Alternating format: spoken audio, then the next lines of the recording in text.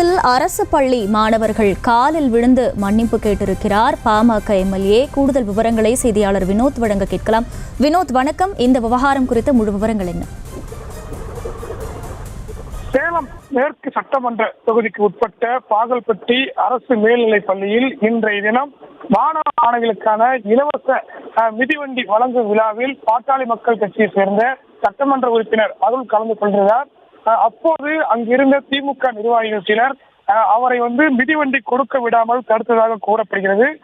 குறிப்பாக இந்த நிகழ்வு அனைத்தும் அங்கிருந்த மாணவ மாணவிகள் முன்னாடியே இரு தரப்பிலும் கடுமையான வாக்குவாதத்தில் ஈடுபட்டனர்.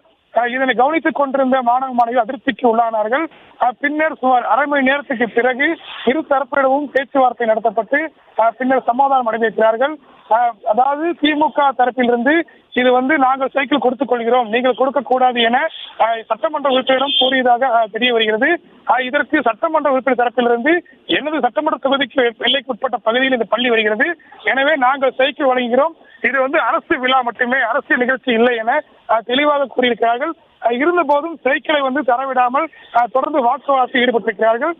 இதனையடுத்து சைக்கிள் வழங்கிய பாட்டாளி மக்கள் கட்சி சட்டமன்ற உறுப்பினர் அருள் மாணவ மாணவிகளுடைய காலில் விழுந்து மன்னிப்பு கேட்டிருக்கிறார். குறிப்பாக பள்ளியில் இது போன்ற சம்பவம் நடந்ததற்கு அவர் வருத்தமும் தெரிவித்திருக்கிறார். இனி வரும் காலங்களில் இது போன்று எதுவும் நடக்காது என நம்புகிறேன் எனவும் அவர் கூறியிருக்கிறார். இந்த காட்சிகள் தற்போது வெளியாகி இருக்கிறது.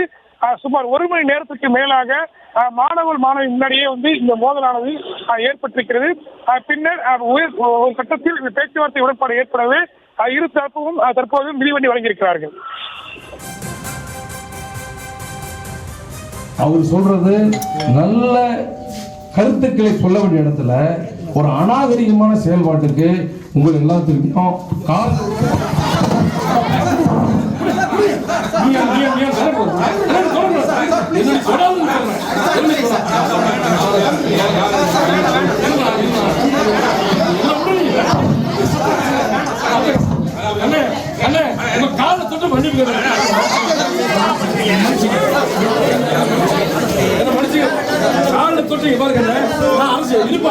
அரசியல் பண்ண வரும்ல. மீண்டும் மீண்டும் சொல்றேன், நல்ல ஒழுக்கத்தை கத்துக் கொடுக்குறாங்க. நல்ல ஒழுக்கத்தை கத்துக் கொடுக்குற இடத்துல உங்களுக்கு அவமரியாதை அசிங்கப்படுத்திட்டாங்க. கட்சிக்காரன் நான் பேசல, உங்களை அசிங்கப்படுத்துற அரசியல் சேர்த்து நான் மீண்டும்